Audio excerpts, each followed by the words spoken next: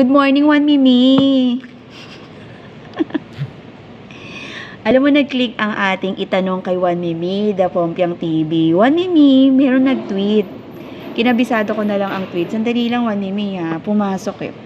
Ang tweet nga is, pakitanong naman kay One Mimi kung ano daw ang gagawin sa mga ka-reels na dorobo at alimango.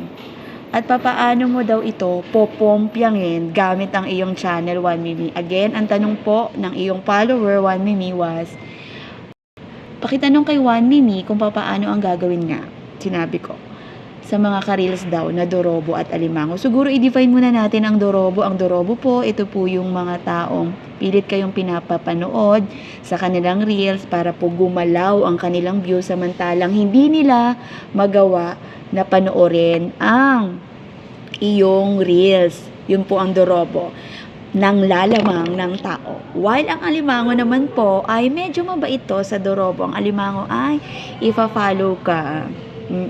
Magdidemand ng engagement. Tapos matapos mo ng engagement, pag nakita nilang hindi ka naman ganun kasikat, yes, may mga ganun. Ay, anong ginagawa? Ina-unfollow ka nila. Pinapatulog lang nila. So, yan ang question. One Mimi, pakisagot po yan. Thank you so much, One Mimi. Pompiang TV, lagi po nating ugaliin na suportahan ang ating mga ka-reels na may sense. Ping.